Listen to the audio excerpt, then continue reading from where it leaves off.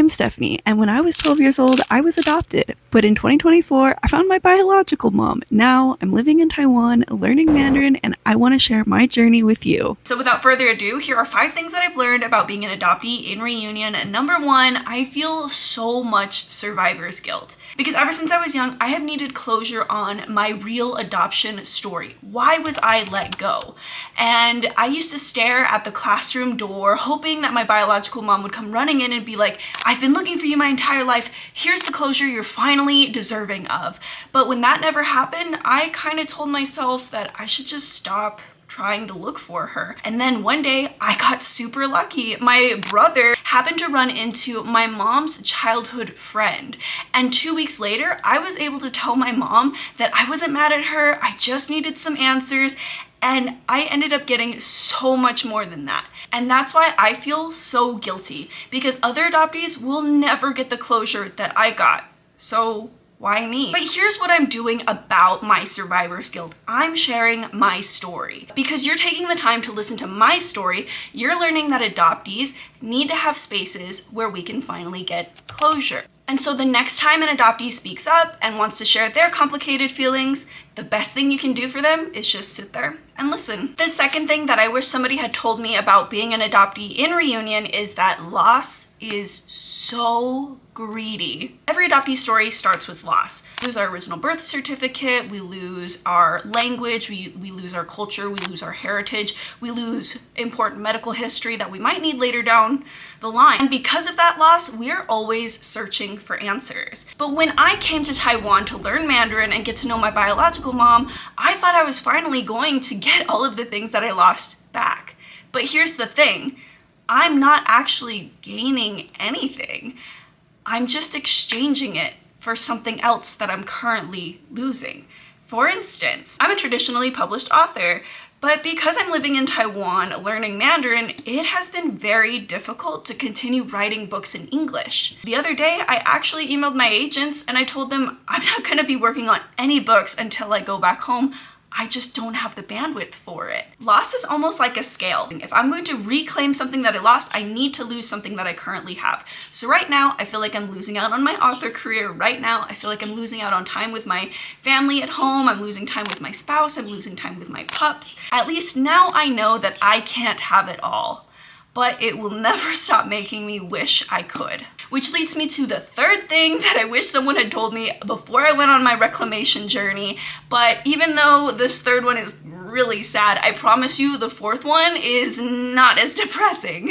So the third thing that I wish someone had told me is that gone is gone. Like most people, I was born with both a mom and a dad, but when my parents got divorced, my dad got sole custody of all 5 of us kids. And then he got married to my stepmother. When my dad died, I was legally adopted by my stepmother instead of being returned to my biological mom. So when I found my biological mom, I thought, oh my God, I can finally have not just her back in my life, but I can have my heritage language back. But here's the thing, I'm an adult now. And I don't have the spongy little brain that I had when I was a child. My capacity to learn Mandarin and to reconnect with my heritage language, it will have always only ever existed in the past. Oh my goodness. It's so corny to cry on camera, so I'm trying so hard to suck my tears back in. But at the same time, it's like, this is canonical adoptee though, like always being on the verge of tears. You never know when you're gonna have a meltdown as an adoptee. Whenever I'm trying not to cry, I think of that scene in Cloudy with a Chance of Meatballs, because that tear is just like teasing. It's just teasing. Anyway, so I've always wanted to learn Mandarin. And the reason why I want to learn Mandarin is because as a biracial Taiwanese girl, I have never really felt Asian enough. And I feel like maybe perhaps for the rest of my life, I'm always gonna be chasing Asian enough, whatever the f that means. But when I finally found my biological mom, I thought I was gonna have that back. Here's what I'm hoping we can do about it now, is that the more adoptees share these experiences, the more adoptive parents can understand that we are not vessels that you can just pour your hopes and dreams into. We come with our own trauma, baby, and that trauma is figuring out who we are when we are cut off from everything that we were born with. So if you're listening to this and you have an adopted child, here's what I suggest. is give them opportunities to connect with their culture, their language, their heritage, raise them up with food, take them to the night market. If they are a transracial adoptee, give them opportunities to make friends with people who look like them. Not all adoptees are like this, but I certainly grew up with so much internalized racism. I hated myself for being Taiwanese. I think deep down I was proud of the fact that I was Taiwanese, but I had to tell myself that I hated it because it seemed like everything around me circled around whiteness. But it doesn't have to always be like that. We can make it that way when we learn, grow, and change. I promise not all adoptee experiences are as depressing as I feel like I'm making this out to be. Canonically, I feel like the adoptee experience is very polarizing. Like, oh my god, I'm so angry I could nuke the planet, and then it's like, oh my god, I'm so happy I could end world hunger. Anyway, we're finally to number 4, which is one of the most optimistic things that I have gotten out of this entire experience, and that is that there is so much power in peace. I spent my entire life needing closure on who I really am and where I came from. When I found my biological mom, I got so much more than just closure. I found out that I'm a quarter Japanese. I found out that my grandpa is from Hunan, China. I also found out he was part of the KMT, so that's been really interesting. Considering that my grandma was Japanese during the time of World War II, it's just kind of like,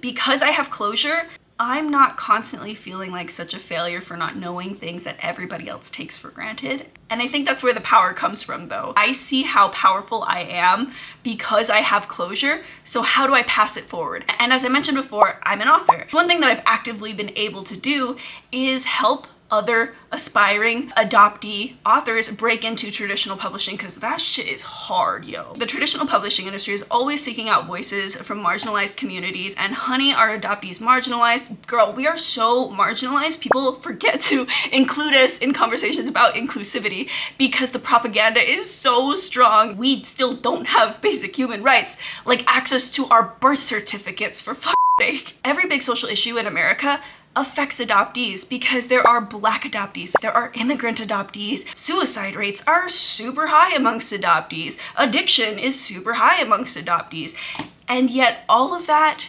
gets overlooked because adoption agencies wouldn't be able to make as much money as they currently do. Just by watching this video, you are actively helping create a change in the world because you are listening to a marginalized experience and you are taking it into consideration. So thank you. And last but not least, the 5th thing that I wish somebody had told me about being an adoptee in reunion is don't go into it unless you can handle rejection. Because I promise you, I can't promise you that they won't happen, but I think I set such high expectations for myself as an adoptee in reunion, reclaiming my heritage language, that I was so defeated when certain things weren't going my way. For instance, I expected my mom to open up and tell me all of her complicated feelings with the adoption. I have such big feelings about mine that it only made sense for her to have her experiences too. But whenever I would ask her questions like, can you tell me a story about grandpa? Can you tell me a story about grandma? She'd be like, I don't remember. And it was so defeating to be like, I can finally have these stories and I can finally know more about like what my origin is.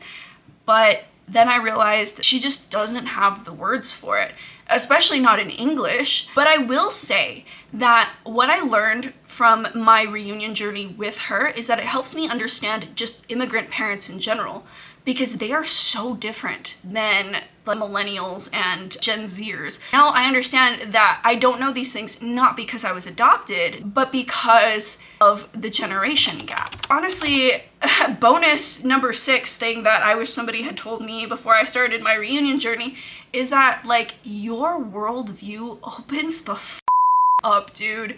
I feel like I understand other people so much more than I ever had before, because for the first time in my life, I'm not constantly uncomfortable in my skin.